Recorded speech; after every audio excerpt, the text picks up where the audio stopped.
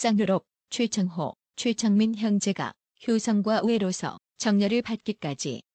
제1부 배경 설명. 안녕하십니까. 다음에서 인터넷 카페 주덕제를 운영하고 있는 여수입니다. 반갑습니다. 효자, 여러분은 효자이십니까? 부모의 자식 사랑에 끝이 없는 것처럼 자식의 효도 또한 끝은 없을 것입니다. 저는 오늘 조선 말기에 전라도 순천 도호부 여수면 합동에서 홀어머니를 모시고 살면서 효성과 우애로서 정려를 받게 된 15살 소년 가장 그리고 6살 동생에 대한 얘기를 하려고 합니다. 그분은 바로 저의 고조부님이십니다. 지난 겨울에 어미가 병이 나자 지성으로 구하였으며 심지어 똥을 맛보기까지 하면서 하늘에 빌었습니다.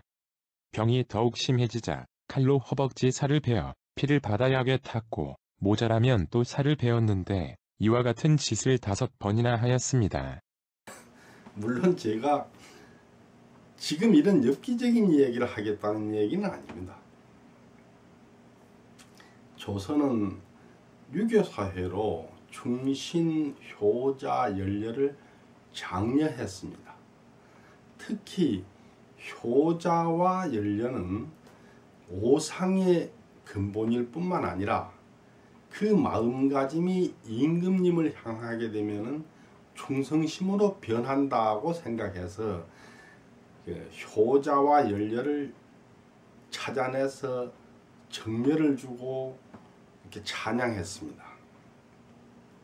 정려를 받게 되면은 세금과 부역이 면제되고 심지어 벼슬에까지 오를 수 있었기 때문에 너나 없이 그 효자가 되려고 노력을 많이 했고, 또 그것이 도가 지나치다 보니까 지금으로 말하자면은 범죄라고 볼 수밖에 없는 심각한 여성학대가 일어나기도 했습니다. 그러므로 지금 제가 설명드리려고 하는 이런 종류의 문서는 전국 여러 가정에 굉장히 많이 전해오고 있습니다. 하지만 해도 처음에 그 발의가 된 문서에서 시작해서 정려가 내려지고 또 정려가 내려졌다는 사실을 수록한 책에 이르기까지, 또 그 안에 있는 여러 가지 사안들에 대해서 그것이 사실이라는 걸 증명하기 위한 첨부문서까지 전부가 망라해서 이렇게 온전하게 전해오는 경우는 결코 흔치 않을 것입니다. 쌍효자 형제는 전주 최씨 중랑장공파, 연촌공 남원종회, 참봉공파 22세로 최창호는 족보에서 이름이 한우이고 자는 문신이며 최창민은 족보에서 이름이 한민이고 자는 문우이다. 쌍효자는 해동명실록에 수록된 문종때 예문관 직제학 연촌 최덕지 선생의 17세 손이며 중종때 도승지와 이조 참판을 지낸 암기 최연손 선생의 14세 손이다. 최덕지 선생은 전남 영암에 있는 사익서원인 녹동서원에 주벽으로 배향되었으며 전북 임실에 있는 주암서원에도 주벽으로 배향되었다. 주암서원에는 최연손 선생도 함께 배향되었으며 현재 주암서원이 있는 자리는 1460년 최연손 선생이 태어난 생가 터다. 최연손 선생은 1480년 생원시에 장원하여 성종실록에 수록되고 1489년 식년 문과에 급제하여 성종 때 청유직을 역임하였고 중종 때 도승지와 이조 참판을 역임하였다. 쌍효자의 선조는 전라도 남원도 호부 지사방 주암촌에서 살았는데 지금의 전북 임실군 지사면 판계리이다.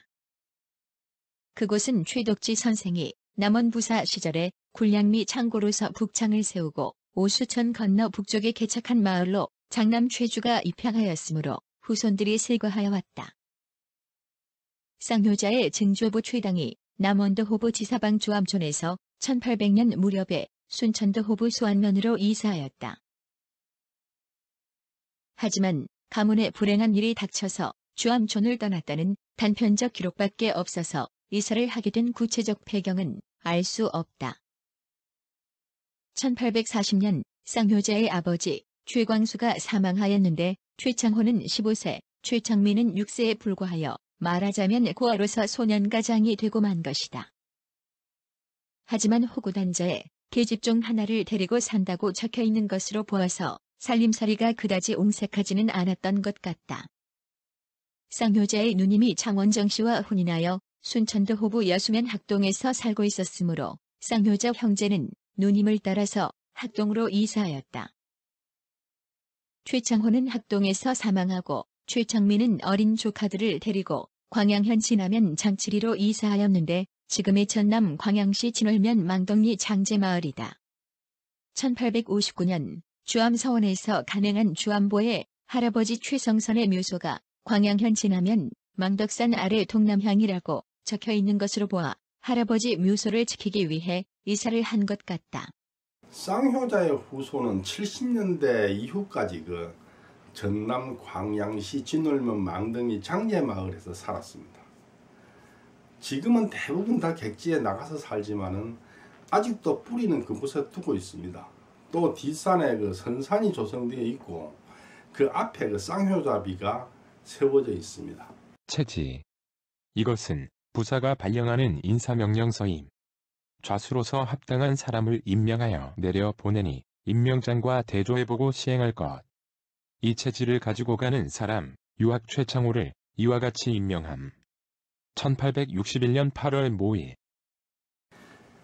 체지라는 것은 구슬아치를 임명할 때 주는 임명장입니다. 좌수는 그 향청의 우두머리로서 그 향리들을 지도하는 자리입니다. 그래서 대개 나이가 많은 원로를 거기다 임명하게 되어 있습니다. 1861년에 최창호는 나이가 38세였습니다. 겨우 30대 젊은 나이에 좌수가 되었다는 사실은 최창호가 순천 그 지역사회에서 영향력이 매우 컸다는 것을 증명하는 것입니다. 고아로서 외롭게 이사를 온 15살 소년 가장이 그로부터 23년 만에 향리의 우두머리 좌수가 되었으니 참 대단하지 않습니까?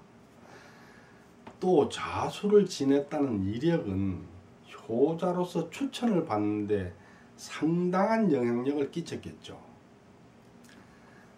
다음에는 좀 더 구체적인 내용을 살펴보도록 하겠습니다. 경청해 주셔서 감사합니다.